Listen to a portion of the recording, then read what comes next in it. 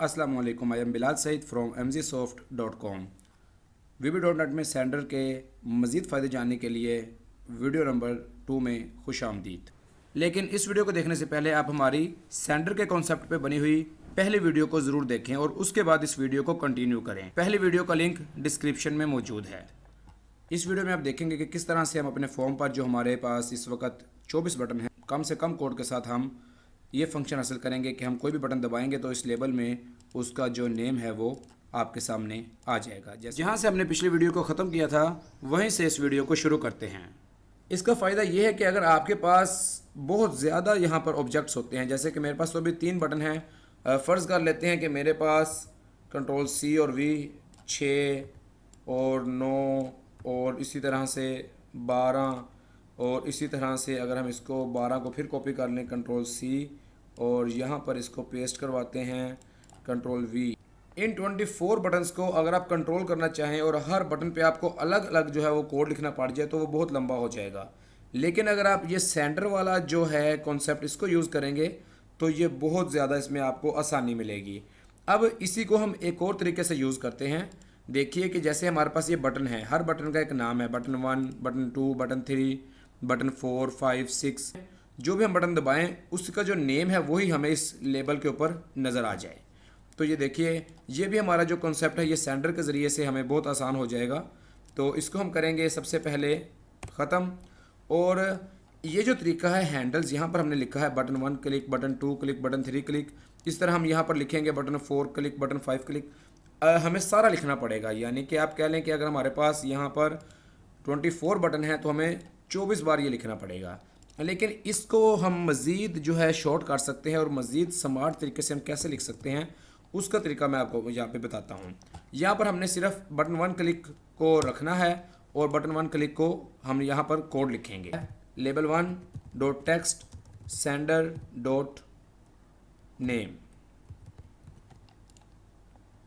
ये हमारे पास कोड है और इसको अगर हम टेस्ट करते हैं, यहाँ पर स्टार्ट करते हैं तो ये बटन दबाते हैं तो ये देखिए बटन 1 हो गया। लेकिन ये जब हम बटन दबा रहे हैं तो हमारे पास अभी तक यहाँ पर कुछ नहीं आ रहा, क्योंकि हमने यहाँ पर इसके हैंडल्स को भी क्लिक नहीं दिए।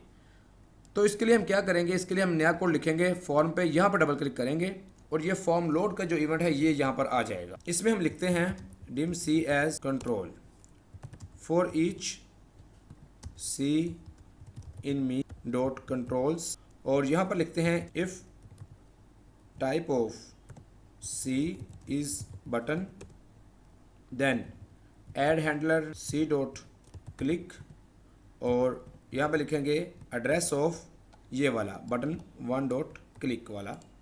ये इससे क्या होगा, इससे जैसे ही फॉर्म लोड होगा तो आपके जो फॉर्म है उसके ऊपर जितने भी बटन्स लगे हुए हैं, ये जो प्राइवेट सब हमने डिक्लेयर किया है, ये तमाम बटन्स का जो है उसके हैंडल्स पे ये लग जाएगा। यानी कि कोई भी बटन जब हम क्लिक करेंगे तो यही वाला काम होगा जो बटन 1 को क्लिक करने से होता है। लेकिन उसमें ये हो जाएगा कि ये सेंडर का जो कॉन्सेप्ट है यहाँ पर हमारे काम आएगा। जो भी बटन हम क्लिक करेंगे तो हमारा जो लेबल 1 है उसके ऊपर उसी बटन का नेम आ जाएगा। तो इसको चेक करते हैं, स्टार्ट करते हैं यहाँ से और अब देखिए button 1, button 6, button 9, button 12, button 2, button 5, button 8, button 11। इस तरह हम कोई भी यहाँ से बटन को क्लिक करके अपना जो मतलूबा हमारा कोड ऑफ लाइन है वो हम एग्जीक्यूट करवा सकते हैं। तो इस वीडियो के अंदर हमने क्या सीखा कि किस तरह से जो सेंडर है, सेंडर के कॉन्सेप्ट को हमने यूज़ किया है और किस तरह से हमने मुख्तसर कोड के साथ अपने 24 बटन्स हमारे पास मौजूद हैं, जो 24 बटन्स का फंक्शन हमने यहाँ पर हैंडल किया है। तो इस तरह से आपके पास अगर कोई ऐसा प्रोजेक्ट आप बना रहे हैं जिसके ऊपर एक ही तरह के बहुत सारे आपने ऑब्जेक्ट लगा रखे हैं अपने फॉर्म के ऊपर और उन सब से आप एक ही तरह का काम लेना चाहते हैं, तो आप इस तरह के कोड को यूज़ कर सकते हैं। तो उम्मीद है आपको ये वीडियो पसंद आई होगी। It is Bilal Saeed signing off. अल्लाह हाफिज़।